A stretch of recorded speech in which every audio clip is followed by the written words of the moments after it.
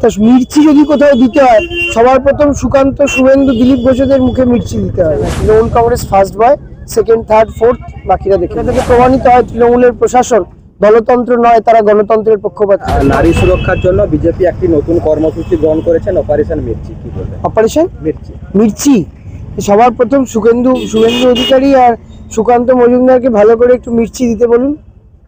সবচেয়ে বেশি নারী সুরক্ষা তো ওদের জামানায়, ওদের রাজ্যগুলোতে সবচেয়ে বেশি নারীরা অসুরক্ষিত। ওদের দলের নেতারা রাজ্যের মহিলা মুখ্যমন্ত্রীকে হাফ প্যান্ট পরতে বলেন। ওদের রাজ্যের নেতারা রাজ্যের নির্বাচিত, 3 বারের নির্বাচিত মুখ্যমন্ত্রীকে বলেন ফুফু, বেগম। ওদের রাজ্যের বিরোধী দলনেতা শুভেন্দু অধিকারী, তিনি রাজ্যের মুখ্যমন্ত্রীকে প্রতিদিন ব্যক্তিগত চরিত্র হরণ করেন। তা মির্চি যদি কোথাও দিতে হয় সবার প্রথম সুকান্ত, শুভেন্দু, দিলীপ ঘোষদের মুখে মির্চি দিতে হবে।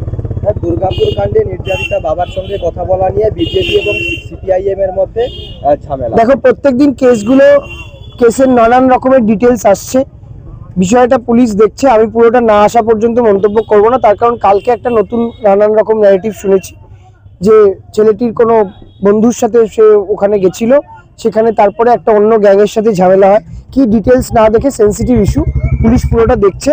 আগে পুলিশ পূর্ণাঙ্গ রিপোর্ট, পূর্ণাঙ্গ সত্যটা সামনে আসুক, তারপরে এটা আমরা বলবো। আর সিপিএম বিজেপি কি ঝামেলা করবে না ঝামেলা করবে এটা আমাদের বিষয় না। Trinamool Congress first boy, second, third, fourth, বাকিরা দেখে নিন। আর একটা ঘাটালে টাকা তোলার অভিযোগে গ্রেপ্তার 13 নম্বর ওয়ার্ডে তৃণমূল কাউন্সিলর বিভাগ ঘোষ।